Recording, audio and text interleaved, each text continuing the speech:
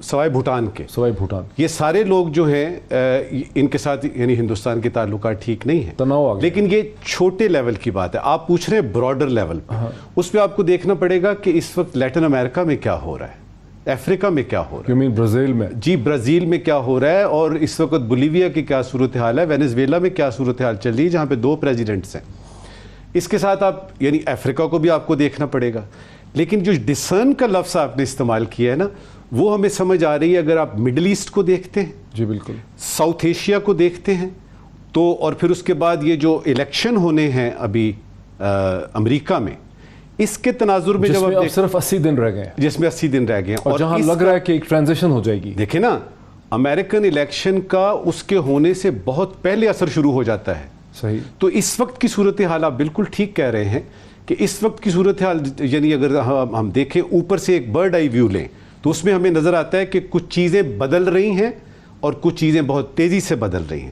اس وقت ضرورت ہے جی فارن پالیسی فارمولیٹرز کو کہ وہ کس طریقے سے سب سے پہلے بائیلیٹرلی، پھر ریجنلی اور پھر انٹرنیشنلی اس کو دیکھیں. ٹھیک. اچھا نجم شیخ صاحب، یہ اگر ہم سوال اٹھاتے ہیں جو امریکن الیکشن میں جو ہم ایک لگتا ہے ممکنہ طور پہ، سرٹن تو نہیں ہے ظاہر ہے کہ کیا ہوگا وہاں پہ، لیکن ایسا لگتا ہے کہ امریکہ میں ایک ٹرانزیشن ہو جائے گی اور ڈونلڈ ٹرمپ جو ہے وہ ون ٹائم پریزیڈنٹ ہی ثابت ہوں گے اور وہاں پہ جو بائیڈن پریزیڈنسی جو ہے وہ آ سکتی. اس کا کیا فرق پڑے گا اکراس دا ورلڈ اور خاص کر کے ہندوستان اور پاکستان؟ دیکھیے وہ خاصا اثر انداز ہوگا. اولاً وہ اثر انداز ہوگا اس پہ کہ چین اور امریکہ جو کہ پرنسپل ایلیمنٹ ہے انٹرنیشنل ریلیشنز میں اس وقت، اس میں کیا تبادلہ آئے گا. بائیڈن یہ نہیں کر سکتا کہ کہے کہ نہیں صاحب چین تو ہمارا دوست ہے، لیکن وہ یہ ضرور کہہ سکتا ہے کہ کچھ چیزیں ہیں جن پہ ہمیں چین کے ساتھ تعاون کرنا ہے. وہ کلائمیٹ چینج میں ایک دلچسپی رکھتے ہیں اور اس دلچسپی کا انہوں نے اظہار کیا ہے. وہ رینیویبل انرجی میں دلچسپی رکھتے ہیں، کلائمیٹ چینج کے ساتھ ہی ایسوسیٹڈ ہے، اور ان دونوں چیزوں میں اس کو چین کے ساتھ تعاون کی ضرورت ہے. وہ چین کو میں یہ نہیں کہہ رہا کہ وہ رقیب نہیں سمجھے گا، وہ رائیول نہیں سمجھے گا، لیکن اس کے ساتھ ساتھ وہ دیکھے گا کہ کہیں رائیولری ہے، کہیں کوآپریشن کے امکان ہے. ان کوآپریشن کے امکان کو علیحدہ نہیں کیا جا سکتا، ان پہ فوکس کرنا پڑے گا. تو ایک بڑی چیز یہ آئے گی. دوسری، جب بائیڈن آپ کے ساتھ رشتہ رکھتا ہے، بائیڈن امریکہ کے جو سیاستدان ہیں ان میں سے ایک ہے جس کا پاکستان کے ساتھ رشتہ رہا ہے. آپ کو یاد ہے کہ کیری لوگر بائیڈن بل جو تھا اس میں انہوں نے خاصا کام کیا تھا اور وہ پاکستان آ چکے ہیں. پاکستان میں انہوں نے ایک بہت فیمس ان کا کوٹ ہے کہ افغانستان میں لوگوں نے پاکستان کے سلسلے میں شکایت کی. انہوں نے کہا دیکھیے پاکستان ہمارے لیے 10 گنا زیادہ اہمیت رکھتا ہے بنسبت افغانستان کے. یہ ایک پہلو ہے. میں یہ نہیں کہہ رہا. ایک اور مشکل بھی پہلو ہے، میں اس کی طرف آنا چاہتا ہوں. میں تھوڑا سا میں آپ کو روکوں گا شیخ صاحب. ایک تو ناظرین ٹکٹ چل رہے ہیں کہ امریکہ کے صدر ڈونلڈ ٹرمپ نے ٹویٹ کیا ہے کہ انہوں نے اسرائیل اور متحدہ عرب امارات UAE کے درمیان میں ایک امن کا معاہدہ کروا دیا ہے، اور اس پہ ڈونلڈ ٹرمپ جو ہیں بڑے خوش ہیں اور کنگریچولیٹ بھی کر رہے ہیں.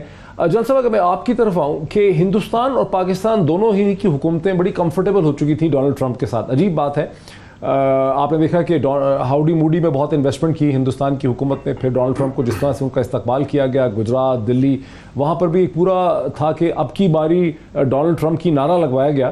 تو بہت خیال تھا کہ ڈونلڈ ٹرمپ جیتیں گے اور تعلقات کو بہتر بنایا جا رہا تھا اس ڈائریکشن میں. پاکستان میں بھی جنرل صاحب شروع میں تو انہوں نے بالکل ایسا لگتا تھا کہ آگ بھگولا تھے وہ پاکستان پہ، لیکن اس کے بعد انہوں نے پاکستان کو خاصا ایمبریس کیا، اور ڈیموکریٹک ایڈمنسٹریشنز کے مقابلے میں پاکستان پہ جس قسم کی تنقید ہوتی تھی، ڈو مور وغیرہ، وہ سب چیزیں جو ہے وہ کم ہو گئی ہیں ڈونلڈ ٹرمپ کے زمانے. اب اگر ڈونلڈ ٹرمپ کی ٹرانزیشن ہوتی ہے تو پاکستان کے لیے بھی تو چیلنجز کھڑے ہو سکتے ہیں. جی میں اس چیلنج کا ذکر کرتا ہوں. پہلے تو میں ڈونلڈ ٹرمپ کے آنے یا نہ آنے کے بارے میں صرف ایک جملہ کہوں گا. میری زیادہ نظر نہیں ہے امریکن پالیٹکس کے اوپر، لیکن جو کچھ دنیا میں دیکھ رہا ہوں کہ جب میں UK کو دیکھتا ہوں اور USA کو بھی، انڈیا کو، تو یہ بڑے بڑے جتنے ملک ہیں یہ انورڈ لکنگ ہیں، ہو رہے ہیں. اور جبکہ یہ بہت آؤٹ گوئنگ ملک تھا امریکہ، لیکن ڈونلڈ ٹرمپ آئے بھی اسی بنیاد پر تھے اور شاید اسی بنیاد پہ رہ بھی جائیں. یہ میرا اندازہ ہے، اللہ بہتر جانتا ہے، کیونکہ انہوں نے جس طریقے سے چیزوں کو سمیٹا ہے جیسے بھی ہے. لیکن ایک خدشہ جو ہے، جی جو بھی آپ سمجھیں، جو بائیڈن کا بالکل دوست ہے ہمارے، بالکل ٹھیک کہا ہے نجم الدین شیخ صاحب نے. ایک چیز کا فرق ہے، جو Biden is likely to to establishment view more than یہ جو بھی صدر ہے. یہ اس چیز کا ہمیں ذہن میں رکھنا چاہیے کہ افغانستان کے سلسلے میں جو امریکن اسٹیبلشمنٹ ہے ٹرمپ کے مقابلے میں ہاں وہ خوش نہیں ہے جو کچھ ڈونلڈ ٹرمپ نے کیا ہے. تو ایسا نہ ہو خدا نہ خواستہ کہ اس میں کوئی آگے پیچھے ہو جائے، اللہ نہ کرے کہ ہو. اور دوسرا میرا خیال ہے کہ پاکستان کو اس کا دس از این انٹرسٹنگ پوائنٹ. جلال صاحب ذرا روکیں، دس از این انٹرسٹنگ پوائنٹ. نجم ثاقب صاحب، مجھے جلال صاحب کی بات میں بڑا وزن لگتا ہے کہ ڈونلڈ ٹرمپ ایک ایسی شخصیت تھے جو آئیکانوکلاسٹک تھے اور وہ اپنی اسٹیبلشمنٹ سے اکثر چیزوں میں ڈس ایگری کرتے تھے، سیریا کے اوپر، افغانستان کے اوپر. یہ کیا ہوگا؟ دیکھیے، میں نے جس طرح آپ کو بتایا کہ میں انٹرنیشنل ریلیشنز کا اور ہسٹری کا طالب علم ہوں. میں یہ دیکھتا ہوں کہ ایک شخص جب سینیٹر ہے یا وہ ایم این اے ہے تو اس کو جب وزیر اعظم بنایا جاتا ہے تو اس کے طور طریقے اور اس کا ٹھسا جو ہے وہ اور ہوتا ہے، وہ اسٹڈڈ ہوتا ہے. جی، اس وقت اس کی مجبوریاں کچھ اور ہوتی ہیں. اور اگر ہم امریکن کانٹیکس میں بات کر رہے ہیں، آپ کا مطلب ہے کہ وہ اس کا جو سارا اس کی شخصیت اوپن ہوتی ہے. دیکھیے انسٹیٹیوشنز ہیں نا جی وہاں پہ. آپ اکیلے بائیڈن ایک انسٹیٹیوشنل آدمی ہے. میں آپ کو مثال دیتا ہوں اس کی. ہاں، مجھے یاد پڑتا ہے کہ جب برک اوباما کی کیمپین چل رہی تھی تو اس میں انہوں نے ایک بہت بڑا اعلان جو ہے وہ کیا کہ میں جب پریزیڈنٹ بنوں گا تو کیوبا پہ سینکشنز ہٹا دوں گا. نہ صرف سینکشن ہٹاؤں گا بلکہ وہ جو امبارگو اس پہ لگا ہوا ہے، ہٹائی نہیں، بعد میں ہٹا نہیں سکے. میرے نالج میں آج تک ایز وی اسپیک مجھے نہیں پتا کہ وہ ہٹائی گئی ہے کہ نہیں. اس کی ایک وجہ ہے، بنیادی وجہ یہ ہے. آپ سوال کچھ اور دیکھیں، جلال صاحب کا کہنا نہیں میں ادھر سے شروع. ٹرمپ ایک نان انسٹیٹیوشنل آدمی تھا اور اس نے نان انسٹیٹیوشنل ڈیسیژنز کیے ہیں سیریا کے اوپر اور افغانستان. بائیڈن انسٹیٹیوشنل آدمی ہے آن دی ادر ہینڈ، ٹھیک ہے، اور بائیڈن اپنی اسٹیبلشمنٹ کی لائن ٹو کرے گا. ٹھیک، یہ صحیح ہے، یہ غلط ہے؟ یہ اگر آپ مجھ سے ایک دم سے پوچھیں گے تو میں کہوں گا چلو پوزیشن لیں آپ. جو میں بالکل پوزیشن لے رہا ہوں. میرا جواب نہ نو ہے نہ یس ہے، میرا جواب ہے مے بی. وہ اس لیے وہ ایک منٹ رکیں، اب پوری بات تو کرنے دو یار. اس میں یہ ہے کہ آپ کیسے کہہ سکتے ہیں کہ جو بائیڈن جیتے گا. نمبر ٹو کہ آپ یہ کیسے کہہ سکتے ہیں کہ جب وہ بیٹھے گا سیٹ کے اوپر بحیثیت صدر کے تو وہ یہ کرے گا. لیکن یہ فوج کا اور ڈپلومیسی کا فرق. یہ نجم الدین شیخ صاحب where do you stand? Clear line کیا ہے اس میں؟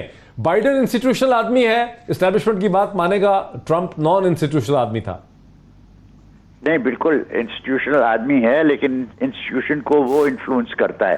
دیکھیے، آپ مت بھولیے کہ جب براک اوباما تھے پریزیڈنٹ تھے تو انہوں نے فورن پالیسی بائیڈن کے حوالے کی ہوئی تھی. اچھا، یہ آپ کو یاد رکھنا چاہیے کہ اوباما نے یہ ڈویژن کی ہوئی تھی کہ صاحب آپ کا تجربہ ہے، اس تجربے کا میں فائدہ اٹھانا چاہتا ہوں. اور بائیڈن کہتا ہے کہ میں وہاں پہ بات کرتا تھا اور براک اوباما سے صرف یہ ہوا کرتا تھا کہ he is right, Biden is right, let us follow that policy. جو ایک فرق ہوا تھا وہ افغانستان پہ ہوا تھا. جب اسامہ بن لادن پہ انہوں نے اٹیک کرنے کا کیا تھا تو Biden opposed it initially and then fell in line. لیکن that was the only point جو ابھی میں نے جو رپورٹس پڑھی ہیں اس بنا پہ یہی ایک پوائنٹ تھی جس پہ اوباما اور بائیڈن کے درمیان اختلاف ہوا تھا فارن پالیسی کے سلسلے میں. نہیں تو فارن پالیسی میں بائیڈن کی آواز جو تھی وہ بلند ہوتی تھی اور وہی پالیسی فالو کی جاتی تھی. اب جب آپ کہتے ہیں کہ بائیڈن کی پالیسی آگے چل کے اگر وہ پریزیڈنٹ بنتے ہیں، اور اس کے مجھے فرینکلی اس وقت امکان نظر آ رہے ہیں کہ وہ جیتے گا. اچھا، اور اگر وہ جیتے گا تو ہماری طرف اس کی کس قسم کی پالیسی ہوگی اس کے میں نے آپ سے پہلے ذکر کیا ہے کہ بائیڈن پرہیپس جو امریکی سیاستدان ہیں ان میں سے بائیڈن ایک ایسا شخص ہے جو پاکستان کو پہچانتا ہے, پاکستان کے سیاستدانوں کو پہچانتا ہے, ان کے ساتھ بات چیت کر چکا ہے, شاید وہ نواز شریف صاحب ہوں یا اور ہوں, ان سب سے ان کی بات چیت رہی ہے, اور مجھے لگتا ہے کہ وہ چاہے گا کہ آپ کی جو کردار رہا ہے افغانستان کے سلسلے میں اس کو آگے بڑھایا جائے, اور جو آپ کی... مجھے ایک بریک لینے دیجئے شیخ صاحب. بیسیکلی شیخ صاحب یہ کہہ رہے ہیں کہ بائیڈن کی فیملیرٹی جو ہے بہت زیادہ ہے پاکستان کے ساتھ, اور ایک کنٹینیوشن بھی ہم دیکھ سکتے ہیں اوباما کی فورن پالیسی کی, کیونکہ اس میں وہ ایک پرنسپل کردار تھے. ایک بریک لیتے ہیں, بریک کے بعد بات کو آگے بڑھاتے ہیں. ناظرین ویلکم بیک. ناظرین اگر میں واپس جا سکوں پاکستان اور چین اور پریزیڈنٹ شی جن پنگ کے دورے, ممکنہ دورے کے حوالے سے اس کی سگنیفیکنس میں ایک چیز کو پاکستانی بہت سمجھنا چاہیں گے نجم ثاقب صاحب کہ چین کا در حقیقت کشمیر کے اوپر اس وقت سٹینڈ ہے کیا, اور اس کی سگنیفیکنس کیا ہے, اور اس کی کوئی ہسٹوریکل اور کلچرل بھی وجوہات ہیں. آخر کیا وجہ ہے کہ چین کا سٹینڈ ڈفرینٹ ہے باقی ساری دنیا سے؟ میرا دل بہت خوش ہوا آپ نے یہ سوال پوچھا, کیونکہ اس سے ہمیں موقع ملے گا تھوڑی دیر کے لیے پیچھے جانے کا اور دیکھنے کا کہ 1949 سے پہلے کا جو چین تھا وہ صورتحال کیا تھی. ایک چینی کہاوت آپ سے یعنی شیئر کرتے ہیں, اس میں یہ ہے کہ اگر تم مجھے ایک بوند دو گے تو میں تمہیں پورا چشمہ دوں گا. اچھا. چین کو نہیں بھولا کہ پاکستان نے ہیومن رائٹس پہ اس کا ساتھ دیا تھا. چین کو وہ کمبوڈیا اور یعنی پاکستان کا ووٹ بھی نہیں بھولا. تو کشمیر پہ جب ہم دیکھتے ہیں تو چائنیز کلچرلی اور ہسٹوریکلی امریکن سے مختلف ہیں. امریکنز یہ بھلا دیتے ہیں بھائی وہ مختلف نہیں ہے, وہ اپنی نوعیت کی صرف آپ ہیں, ٹھیک, اور اس کا پورا یعنی ہسٹری. اچھا, یہ جو میں نے آپ کو کہاوت سنائی ہے چائنا کی, اس کو اگر آپ دیکھیں تو آپ کو پوری سمجھ میں آئے گی کہ اگر تم مجھے ایک بوند دو گے تو میں تمہیں پورا چشمہ دوں گا. دوسری چیز اس میں ہم دیکھتے ہیں کہ کشمیر پہ جو اس کا چائنا کا سٹینڈ ہے, اور خاص طور پہ یہ جو ایک سال پہلے سے جو 5 اگست سے شروع ہو کے اس وقت آیا, اور جس طریقے سے کنڈیم کیا ہے, باقاعدہ لفظ میں کنڈیم کا یوز کر رہا ہوں, کہ وہ جو یہ جو 35A اور 370 وغیرہ کا جو تھا اس میں انہوں نے کنڈیم کیا ہے. اس کی ایک ہسٹوریکل اور کلچرل ویلیو بنتی ہے. وہ کیا ہے؟ انٹرنیشنل ریلیشنز میں جب آپ دوستوں کو اور دشمنوں کو ڈیفائن کرتے ہیں تو اس میں ایک فیکٹر آتا ہے نیشنل انٹرسٹ کا. لیکن جہاں میں جب چائنا اور پاکستان کو دیکھتا ہوں تو نیشنل انٹرسٹ تو ہے ہی, ظاہر ہے کہ سی پیک کا ان کو بھی فائدہ ہے, ہمیں بھی فائدہ ہے. جو بھی تعلقات ہوتے ہیں اس میں یعنی اپنا نیشنل انٹرسٹ دیکھا جاتا ہے, لیکن اس میں کچھ کلچرل اینگل بھی ہیں جو آج تک مخفی ہیں. یہ کلچر تو ہمارا کامن ہی نہیں ہے. نہیں, یہ جو میں آپ کو دوستی کا بتا مثال کے طور پہ ہم نے یہ دیکھا کہ چائنا نے آج تک کسی جگہ جا کے یعنی کالونیز نہیں بنائی. بالکل صحیح. اس نے کالونائز نہیں کیا, اس نے اس وقت تک اٹیک نہیں کیا جب تک اس پر خود اٹیک نہیں ہوتا. اس کے پیچھے یہ ہے کوریا اور جاپان سے, کوریا وہی اس کی ہسٹری. جی بالکل. اس میں آپ دیکھیں تو ایک اور چینی کہاوت آپ سے سناتے ہیں اور پھر آپ اپنے مہمانوں کے پاس جائیے گا. اس میں یہ ہے کہ یہ قیمتی پتھر جو تمہارے ہاتھ میں ہے اس کو تم کیوں ضائع کرو اس اڑتی ہوئی دور چڑیا کو مارنے کے لیے. یعنی دیکھنا یہ چاہیے کہ یہ اس میں is it worth to take any action or not. تو میں جب دیکھتا ہوں پاک چائنا دوستی کو تو اس میں مجھے انٹرنیشنل ریلیشنز کے رولز بھی نظر آتے ہیں کہ کامن آبجیکٹیوز, کامن انٹرسٹ, لیکن کلچرل ویلیوز اور وہ بھی چائنا. اچھا شیخ صاحب, میں اگر آپ کی طرف آؤں, باری تو جان صاحب کی ہے لیکن اس لیے آپ کی طرف آؤں گا کہ شاید مجھے ایک الٹرنیٹ ویو مل سکے اس کا. چین اور ہندوستان کے درمیان میں شیئر کرنے کو بہت کچھ ہے, دونوں کی آبادی بہت زیادہ ہے, ان کے درمیان ٹریڈ بہت ہو سکتا ہے, دونوں اگر اکٹھے ہو جائیں تو امریکہ کے خلاف ایک بہت بڑا محاذ بن سکتا ہے. کیا یہ ممکن ہے کہ چین اور ہندوستان کے درمیان میں ایک الائنس بن جائے اگینسٹ دا ویسٹ؟ اس کی پاسبلٹی ہے؟ دیکھیے, پہلے تو میں واضح کر دوں کہ 5 اگست کو چینیوں نے, چینی فارن آفس اسپوکس پرسن نے اپنی کشمیر پہ جو پوزیشن ہے وہ واضح کر دی. یہ ایک ڈسپیوٹڈ ٹیریٹری ہے, یہ پرانا ڈسپیوٹ ہے, ہسٹوریکل ڈسپیوٹ ہے بٹوین انڈیا اینڈ پاکستان, اور اس کو پاکستان اور ہندوستان کو مل کے بیٹھ کے اور اس پہ بات کرنی چاہیے اور اس کو ریزالو کرنا چاہیے.